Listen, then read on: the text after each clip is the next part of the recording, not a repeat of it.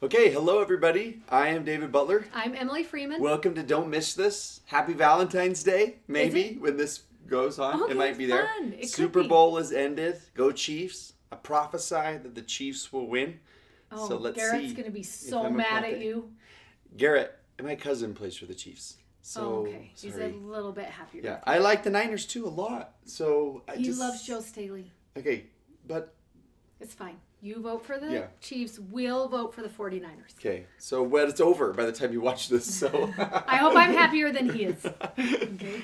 Okay, so glad you're here. We're going to jump right in. This is 2nd Nephi chapter 6 through 10. And we're so excited. Let me say why we're Okay. so excited. Okay. He always starts every time. I'm going to start. I already this time. started. It's going. Okay. So, let me just say this. How many people skip 2nd Nephi? That's just what I Just want to say. don't make any jokes. I don't know any. Do you know any No, jokes? but every gospel doctrine class is going to start like this. But like, well, Okay. Isaiah's coming. Okay, Or listen. something. This is what I'm going to say. When I was 16 years old, it was really in back then to do Moroni's Promise. That's what it was called. Did you do this in Texas? And you would read the whole Book of Mormon, and you would have captains of 10 and No. captains of 50, and you all read it together, and there We were just things ate you do barbecue. in the middle. Everyone does that in Texas. That is not novel. Now you're making us all hungry. So, when we were going to do it with my ward, my youth group, Wait, you read it like in a day. no, you read it over like 6 months. But why do you have captains? Because they check on you. It was actually Oh. really fun. You had captains of 10, and then they were under captains of 50. And so they watched you, and your captain of 10 checked up on you every Sunday. Army. And if you weren't, no, it's from the Book of Mormon. Remember they had captains of 10 and we'll get there. Don't Okay. worry. I'll show you that part when we I get thought there. that was from the Trek West. And this. Is that where Brigham Young got the idea? Probably. Oh. So they would check on you on Sunday, and if you weren't caught up, your captain of 10 caught you up. That's what happened. Well, this was a lot of explanation to tell you. In my ward, they decided we weren't going to read 2nd Nephi because they thought everyone would quit reading and we wouldn't get to the end of the book. And we have talked about this already, that I kind of have a stubborn personality, remember? And I was like, why are they telling me I can't read 2nd Nephi? I'm sure I can do it. And so I went into 2nd Nephi thinking, I'm going to love Isaiah. I just am, because everyone told me I was going to hate him. So I will do whatever it takes to love Isaiah. And everyone, I honestly love Isaiah so much. It's one of my favorite books of all of Scripture. And when I tell people that, they're always like, but why? What is it you love about Isaiah? And what makes it easier? And I will tell you, there's one thing that solved the problem for me. But what I love is Nephi's going to actually give us a list of things that are going to help us love Isaiah. And I promise you they work. Like Nephi knew what he was talking about when he taught us how to read Isaiah. So before we even go to whatever today is, you usually tell what today is. 6 through 10. And we move out of the way of the board. Oh, But before we even do 6 through 10, everybody, we're going to 2nd Nephi 25. Because Nephi is going to tell us how to love Isaiah, and we are going to trust him that he knows what he's talking yeah. about. So this is after the big chunk of Isaiah chapters that's in 2nd Nephi. At the end of that is when he kind of gives the tips. He should have given it at the beginning. But here is where they are. Because we're going to give it at the beginning, so then we're all going to be fine. So this lesson is a little bit from Isaiah, and then next lesson we'll have a lot bit from Isaiah. And so we're just giving it to you now. Yeah, because we want you to be able to start practicing these 7 things. So you see a place here with 7 keys, and you're just going to write the keys down. I will tell you this, the first time I read Isaiah, I only used the 7th key. That's all I used. But all of them are so helpful. So we're going to talk about all of them, and then you will just figure them out and try them in your reading this time and see if you love 2nd Nephi more than you ever have before in your entire life, because you might. So we'll tell you the verses where you find these. The first one is chapter 25.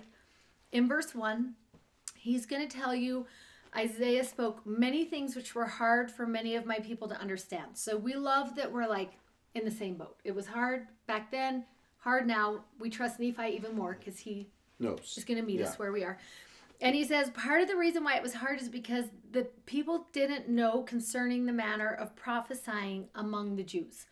So he tells you that, and a little bit farther over, he's going to talk about in verse 5, in order to understand it, the last verse of 5, the only way you understand it is if you were taught after the manner of the things of the Jews. So you need to know the prophesying of the Jews, the things of the Jews, and then in verse 6 he tells you, and concerning the regions roundabout. So let's explain, what does that mean? Okay, so the prophesying of the Jews is what you should know is it's a really Western style, American style to go beginning, middle, end, and that is not a Jewish way of prophesying. So Isaiah's not going to go in order. So something that's really helpful, and I wonder how we can help out with this actually, now that I'm saying it, is if you know the whole timeline of the covenant story of Israel, from the very beginning with Abraham all the way to the millennium. Can you just give it in short? Just kind of give people a short synopsis of it. Yes. That'd be so helpful. Okay, that God is going to initiate a covenant relationship, and he's going to use the house of Israel to like take the salvation. And the house of Israel is going to come from Abraham, Isaac, and Jacob. And this remember, little Jacob family, 12 sons. And they become the 12 tribes of Israel. And this family is going to take the rescue of God to the world. But instead they reject God. And so they fall into trouble because they have big bad neighbors. And so they're scattered. So we have the lost 10 tribes. And then the 2 tribes are scattered to Babylon and they come back. And the story is that God keeps reaching out to this family. So they've been scattered, and then he's going to send Jesus, into one of the 2 tribes that are still there. They're brought back to Jerusalem. He's going to send Jesus. There's going to be a rejection again from the Jews are going to reject Jesus. So then he's going to move to the Gentiles, non-Jews, and bring the gospel to them. And then there's going to be a gathering of those 10 tribes back to the covenant until eventually we get to the millennium. Wait, don't forget the second coming. Then there's a second coming. Okay, because there's so many good second coming prophecies. Yeah, and then the millennium when all the prophecies and promises are fulfilled. So it's the whole covenant story, and Isaiah's going to go like this. Boop, boop. All Jewish prophets do this. It's like, so if you know the timeline, they're just going to hop around like this. We'll put a link in the newsletter to a really, really helpful timeline for people to see. Okay.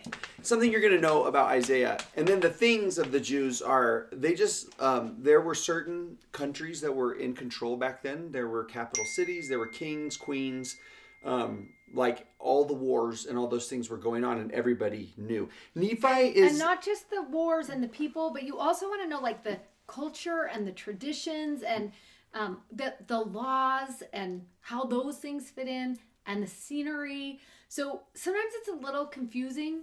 A study Bible, which we talk about that all the time. If you wanted to get a King James version, so a KJV study Bible, you can find one on Amazon. It will match ours. It just won't have the footnotes at the bottom. And where our footnotes are, it's going to have a lot of information of those things. The prophecies, what the place looks like, and also the customs of the people. That's what you're going to find down there. So don't get the new King James. Get the King James, KJV, and you just want to read that Isaiah with this Isaiah, and there will be tips down there that are going to help you understand it better. Yeah, and another book, I actually just saw Deseret book. It's paperback now, but you might want the Kindle version or whatever it's called, the bookshelf version. It's the Book of Mormon Reference Companion. I think Dennis Largy is the editor of it.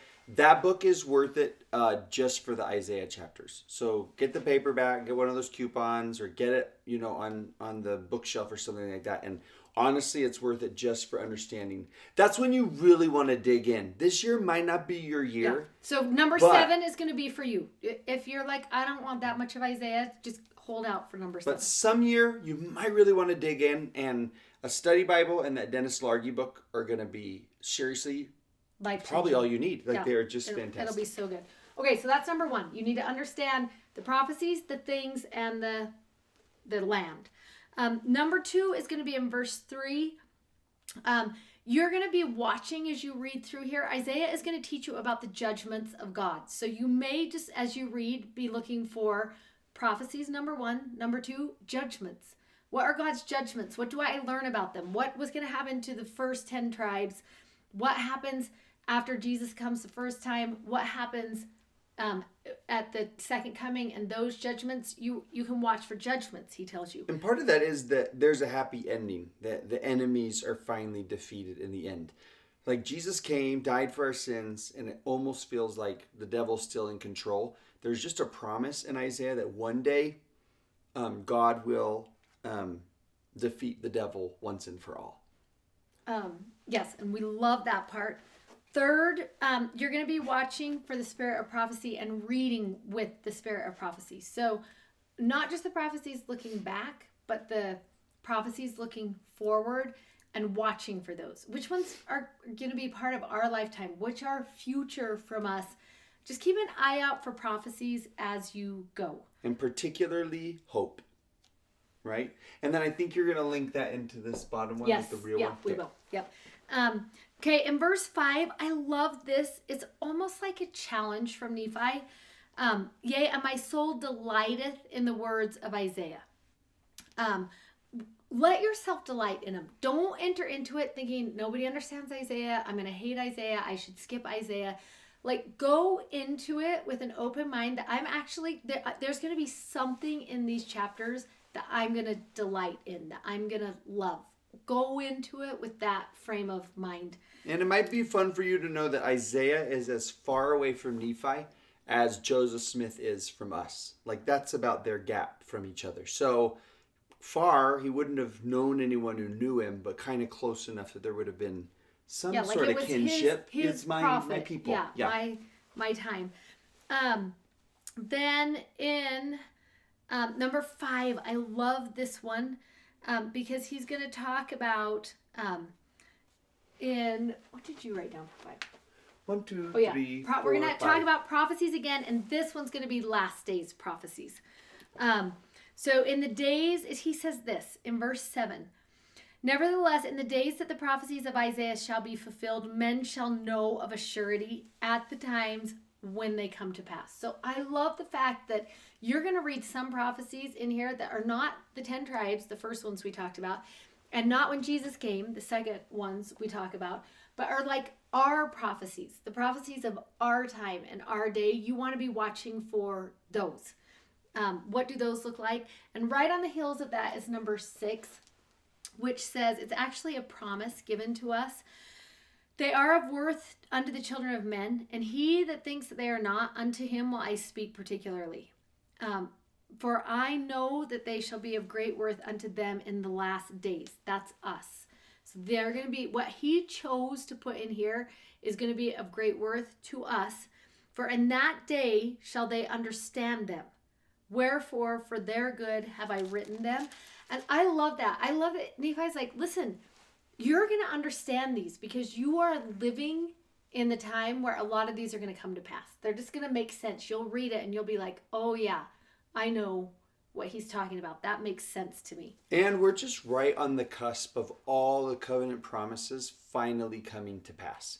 President Nelson is really into the gathering of Israel, which is exactly what this is all about, which is this like, wait, finally one day the whole family is going to be anxiously gathered together in through the millennium as part of that. And we just kind of live in the most exciting time of it all. And so it's like, he's like, listen, if you live in the last day, check that one off, like, because you're just right in the thick of it. What's interesting is the Bible tells us what the covenant promises actually are in the story of Abraham, Isaac, and Jacob. Here's what they are.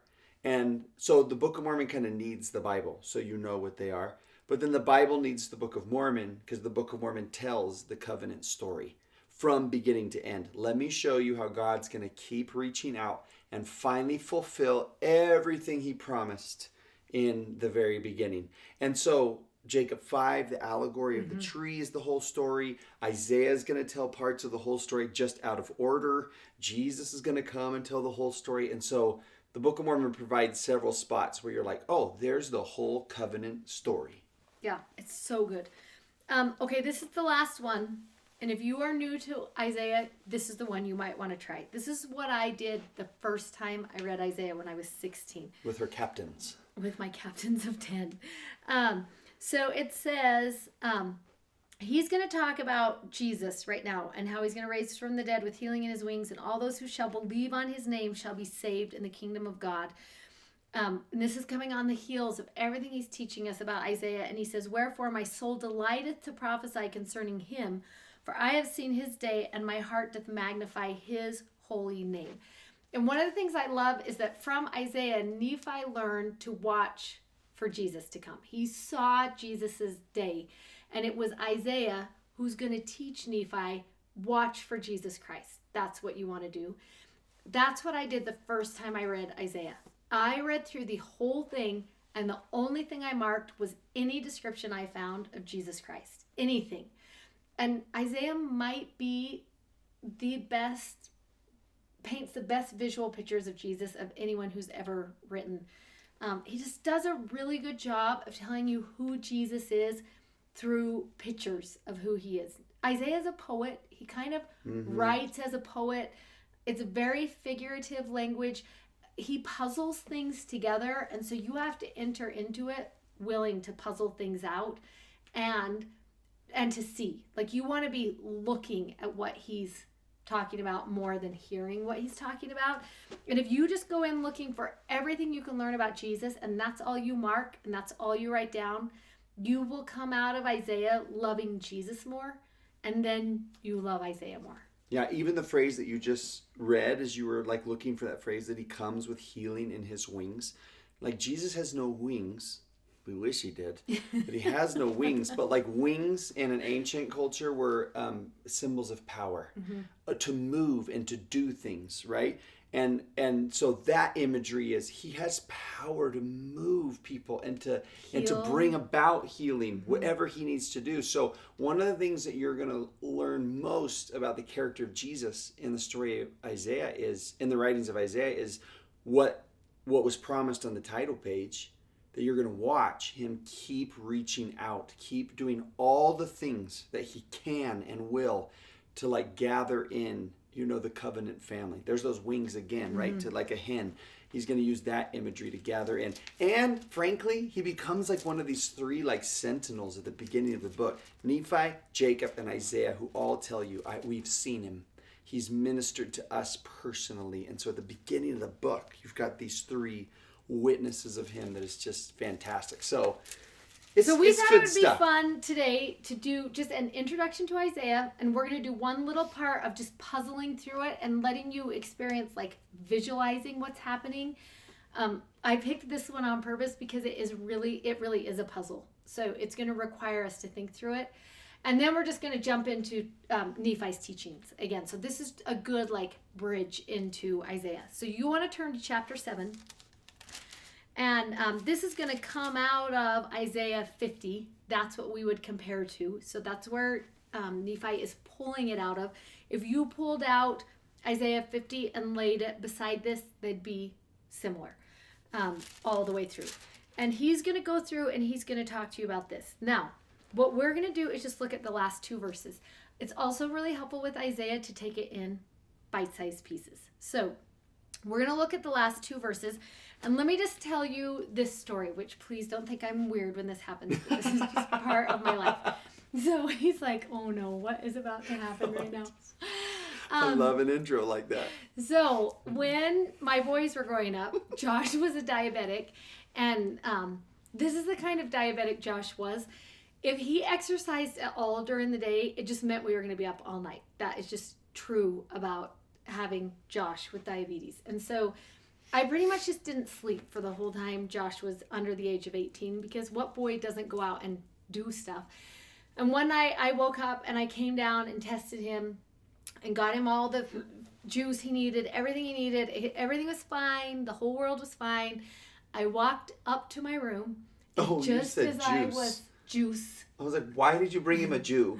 Down to his bedroom. I was like, what? It was a Capri Suns, juice, everybody. Juice, sorry. And I was like, I'm like, what? That doesn't even make sense. I was like, it is weird. Okay, this is the weird part. I walked up the stairs. I walked right in the threshold to my room. And as I did, sometimes the Spirit talks to me in scriptures. I don't know why that happens. I can't even explain why it happens. You've heard me tell stories before where it's happened. It just does. I don't know why. But that is just true about me. As I walked in the room, the Spirit said to me, "This shall ye have of mine hand. Ye shall lie down in sorrow." And I was like, what? Then I ran back down to check on Josh again because I was like, maybe it is like a warning, like, go check him again. He was fine. So then I came upstairs. Obviously, I couldn't sleep because I was like, You're going to lie down in sorrow. Why is things going to be so sad? I hate sad things. We've talked about this before. I can't even go to sad movies. I don't read sad books. My kids protect me from everything in the world that has anything sad in it. So I lay in my bed. I wrote the words down because I was like, okay, this is important for some reason. I don't know why. And I finally fell back asleep. And the next morning I woke up and I started looking through the topical guide to try and figure out what is this even talking about. Interestingly, at the same time, I had been really worried about a friend who was struggling with his faith in the church and what was happening in the church. And so I figured out where it was. It was in Isaiah. I opened up and I started to read. And as I read, I was like, wait a minute, there's something wrong with this. Like, you know, sometimes we talk about where the scripture's translated wrong. It was one of those moments where I was like, something is not quite right about this. So I'm going to read it to you. And it might help you if you draw as I'm reading it to you. And I just want you to point out what is wrong, okay? You be thinking about it. What is wrong with what I'm going to tell you? Okay. Verse 10. Who is among you that feareth the Lord? Remember, fear is a word we can always change when it's talking about the Lord to reverence or respect. So who is among you that reverences the Lord or respects the Lord, that obeys the voice of his servant? That would be the prophet. So that obeys the voice of his servant, that walks in darkness and has no light. What's the problem? That if you fear the Lord and obey his servants, you should walk in light, not in darkness. Not in darkness. Something's wrong with that when you read it. I was like, wait a minute, what's even happening here? Because if I fear the Lord, then that means I'm keeping his commandments. I'm going to church, I'm reading the scriptures, I'm doing all the things I'm supposed to do. And if I am obeying the voice of his servant, it means I'm listening to general conference, I'm doing all those things, right? I'm doing them. Why am I walking in darkness? Which makes you have to ask this question next. Do you know anyone who does all those things and is considering leaving the church? Because as I looked at the people I knew at that time, yeah, they were going to church every single Sunday. And I don't know if they were reading their scriptures anymore. I don't know if they were praying, but they were going through the motions, which is what is happening right here. This person's going through the motions. But for some reason, instead of walking in light, which is what should be happening, they're walking in darkness. Which immediately makes you want to read verse 11 because you're like, why are they walking in darkness? And then it says, behold, all ye that kindle fire, that compass yourselves about with sparks, walk in the light of your fire, and in the sparks which ye have kindled. Then it says this shall ye have of mine hand, ye shall lie down in sorrow. So again, I just sat there and I thought, okay, something's wrong with the fire. Like there's something wrong with the kindling or the sparks, or something's wrong because going through reverencing the Lord and obeying the prophets and light and fire should not lead me to lie down in sorrow. So then it made me go through and start looking at what's wrong with verse 11. And one thing that you're going to notice there and that you want to ask yourself is, whose fire is it? Whose light is it that they've compassed themselves about with? And you see how interesting it is? It's ye kindle your fire and the sparks which you have kindled. You're trying to create your own light. And if that's what you're doing, it doesn't matter if you're going through the motions. If the light that you're trying to bring in is coming from your own, then it's not going to be enough. In the end, you're going to lie down in sorrow. What he's teaching us is the light has to come from Jesus. He is the light, right? We're told that over and over again. He's the light. So it's not enough just to be going through the motions of the prophet and the commandments. Those two things are not going to help you. That's what the Pharisees were doing, right? That's what the Sadducees were doing. They were keeping the law. They were holding on to the prophets. Their whole life was that. And what Isaiah says, which would have been really helpful for the Pharisees when they read this part, is if you're holding on to the law only and the prophets only, and you're not allowing Jesus into the equation, then your life is going to be filled with darkness and sorrow. That is what will happen to you. Yeah, and it's reminding me of, remember we talked about the tree of life, the difference between those two groups, the one that stays and the one that leaves, and the difference was routine versus relationship. You know, where it's like, oh, if you're kindling your own faith in your own flame in the things that you're doing, it's just like, I am, you know. Yeah, I'm earning You've become if you're the hero of your faith story, you know. And sometimes when we talk about faith, we can use it. We've talked about this before, that it's like, oh, if I would muster up enough faith, if I would be righteous enough. And remember last week, Lehi says to Jacob, you're redeemed because of the righteousness of the Redeemer, not because of you. And that's neat that there's a father trying to kindle that in his son, right? I was listening to a song last week, and I don't know what it was, but it had the neatest line in it that talked about sometimes we focus so much on wanting the healing that we miss the healer. And it's almost as if that's what was happening. Like, we're so... Help me want the healer. Is that it? Is that the song? Okay. You don't even have to look it up. I just gave it to you for free. Okay, well, what's the name of it? I don't know, but I love that song. Yeah. Help me want the healer more than the healing. Help me want the Savior more than the saving. Yeah, that's it. Yeah. That's the song I was listening to. It was so good. But it made me think, somehow we can go through religion and miss Jesus by accident.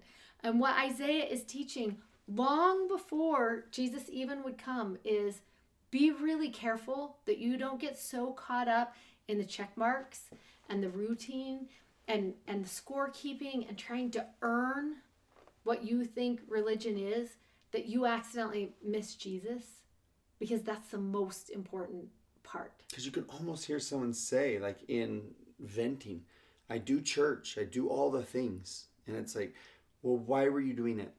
Yes. Why were you doing it? If you weren't doing it to find him, to like be warmed by his, like, why are you reading your scriptures? To create your own, build your mansion in heaven? Or was he the fire and you were coming closer to it to be warmed, or, you know, to be led by them? I think that's the important part, is at some point we have to stop everything we're doing and say, who is Jesus to me? And where have I seen him lately?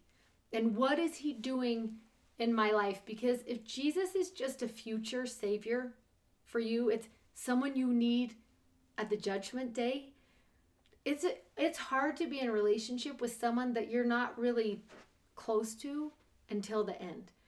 I love when Nephi talks about in 2 Nephi 33, and we will for sure talk about this, but I glory in my Jesus, he says. And I love the thought that you're so close to him that he becomes your companion. It's who you know Jesus to be because of your personal experience and the way your life has gone. And are we living in such a way that he is our light, and he's what kindles us and what sparks us and what is everything about what we're doing. He's the reason why we go to church. He's the reason why we obey the prophets. It's because we just want to know more about him.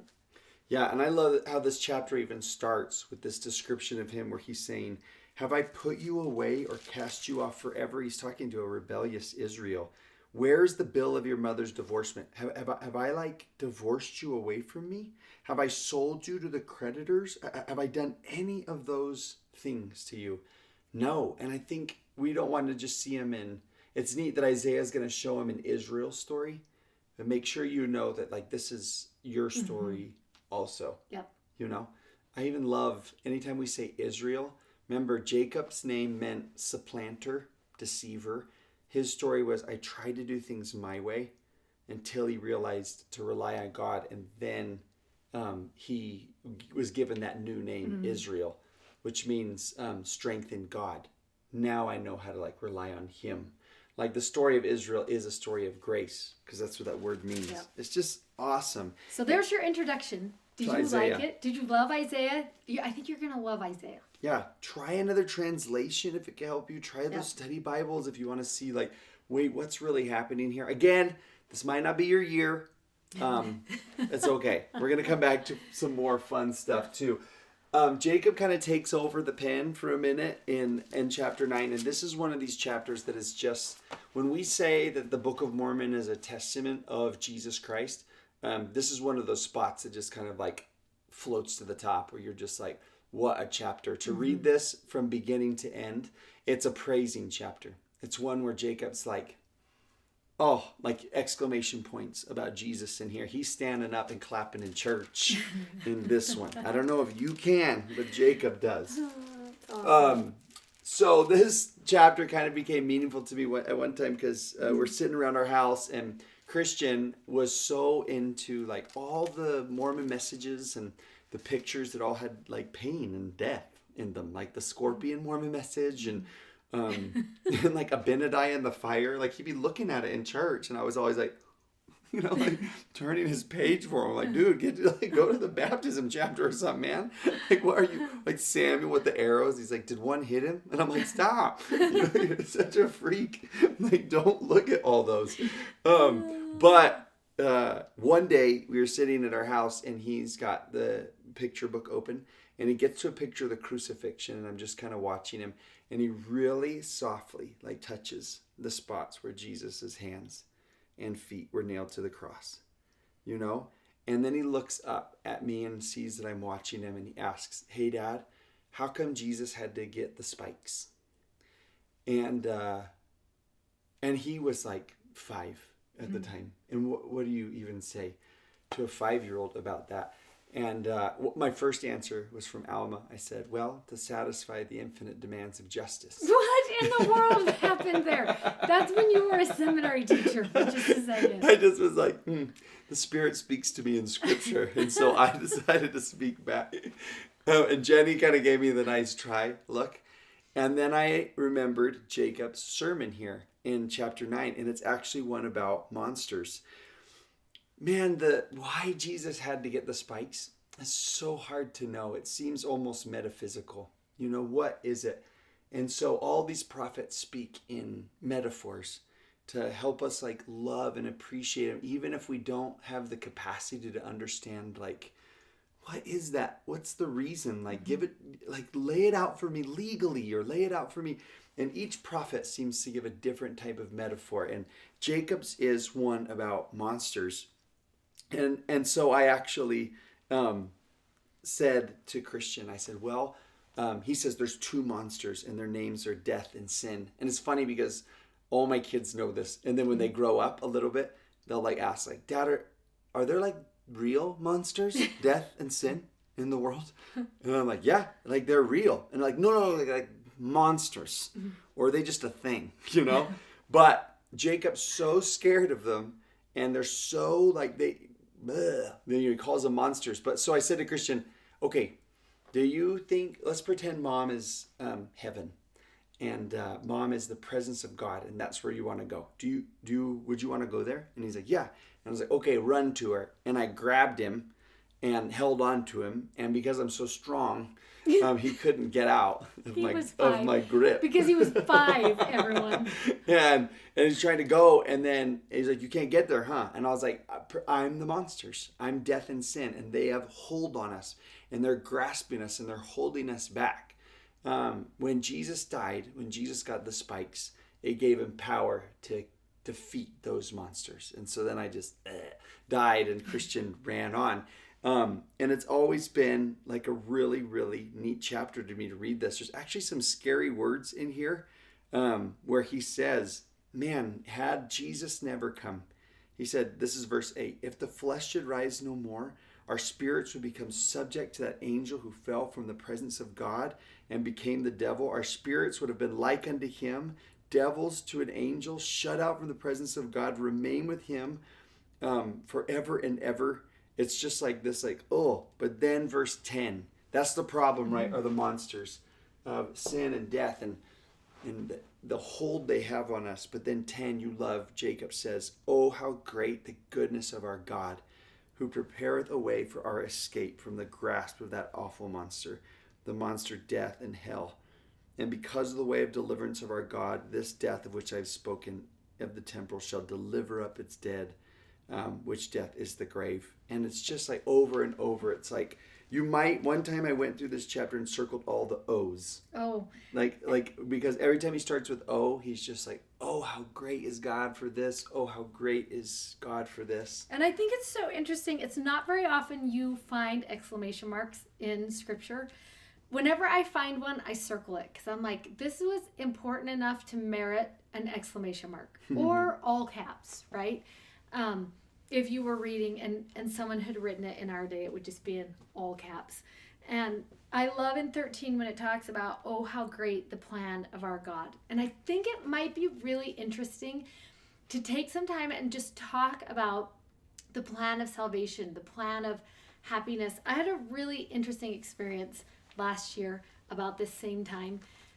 I had been asked if I would substitute for the 14-year-old class. We might have talked about this last year because this was an experience that seriously changed my life. And I got called Sunday morning to go in and substitute, but I love teaching youth. Sunday school is my favorite. And so I went in and I just grabbed pieces of paper from the library on my way in, blank pieces of paper. And when I got in there, I split all the kids into groups. And I was like, everybody, I want you to get together in your group and I want you to draw the plan of salvation, whatever you know about the plan of salvation, which was really interesting because in seminary, we teach the plan of salvation twice a year at the beginning of every semester. We have an entire day where we teach the plan, and really everybody knows what to do. We all draw the same circles and arrows, and there's premortal life and mortality, and there's the judgment, and there's the 3 circles at the end. I mean, we all know exactly what to do. Outer darkness. Yes, the blob of outer darkness. They all look the same always, which is kind of what I was planning on. But what happened is it didn't go as planned. There was a moment when they were all done and I had everybody put their papers in the middle of the floor. And that moment was like life-changing for me. So much so that after the class was over, I went home and I could not stop thinking about it. And Monday I was still thinking about it. And on Tuesday when I still was thinking about it, I was like, I got to go back to the church and get those papers out of the garbage can. So I called my bishop is my next door neighbor. So I called him and asked if I could borrow the keys to the church. And he was like, yeah, what are you going to do with them? And I was like, I told him I got to go get these papers out of the garbage can in my room. And he's like, oh, you know those papers aren't going to be in the garbage can anymore, right? And I was like, no, where are they going to be? And he's like, oh, they empty out all the garbage cans into the dumpster behind the church after Sunday is over, which I didn't know, but I still really wanted those papers. So I went in my garage and I got out a rake and I got a ladder because I didn't want to get stuck in the dumpster forever. And your favorite part of this story is as I'm driving to the church, Greg, my husband, calls and says, hi, what are you doing? And I say to him, I'm about to go climb in the dumpster behind the church. And he says this, oh, okay, call me when you're done. As if I just get in dumpsters all the time. Like, he wasn't like, what? Or nothing. It was like, okay, well, just call me when you get out. And I remember, like, has anyone ever gotten in a dumpster before? Because I just want you to think about this. I can clearly remember standing on the edge of that dumpster and just thinking to myself, who's going to be in there with me? You know that moment of, like, little furry things? It still makes me so nervous right now. It's fine. I jumped in the dumpster, everybody. It was in like the 3rd plastic bag. I found them. Luckily, I knew what I was looking for. I pulled out the papers. I got myself out of the dumpster. And then I got in my car and I laid them out. And sure enough, they were all there, thank heavens, because this is what had happened. Everyone in the class had drawn the same thing. Exactly what you think they were going to draw. That's what they drew on there. Except for 2 of the boys. And their paper, their white paper, all it said on it was Jesus. That's it. Just in great big letters, Jesus. And I loved it. I looked at it and I was like, that was God's plan from the very beginning. That is the plan of salvation. It's Jesus. And I can remember telling the boys, let's talk about, like, why did you choose that word? And we went through, what role did Jesus play in the premortal life? And what role does Jesus play on earth? And what role does he play in the in paradise, in the spirit prison? And what role does he play in the judgment? And what role does he play in all of these places? And all of a sudden you realize Jesus is everywhere. There's not one circle or arrow or line that isn't, Jesus does not have a role in that part of the plan. And it was such a good lesson for me to think every time I read that plan of salvation, I just need to think to myself, is Jesus. He was God's plan from the very beginning. It was exactly what you're talking about. Him on the cross with the spikes, that was the plan. That was the plan. That's how he was going to save. He didn't bring the family together and say, listen, everybody, this is how I'm going to save you. I'm going to send you here. And It was, let me introduce you to your my older plan brother of salvation. This is him. Salvation himself. And Nephi, when he's about to quote Isaiah, before he hands the pen over to Jacob, he gives this line in chapter 6, I speak that ye may learn and glorify your God. That's why I'm going to quote Isaiah. That's why I'm going to let Jacob have some time in the plates, because I want you to learn and glorify God for what he's done. And what a great motivation for any and everything that we do.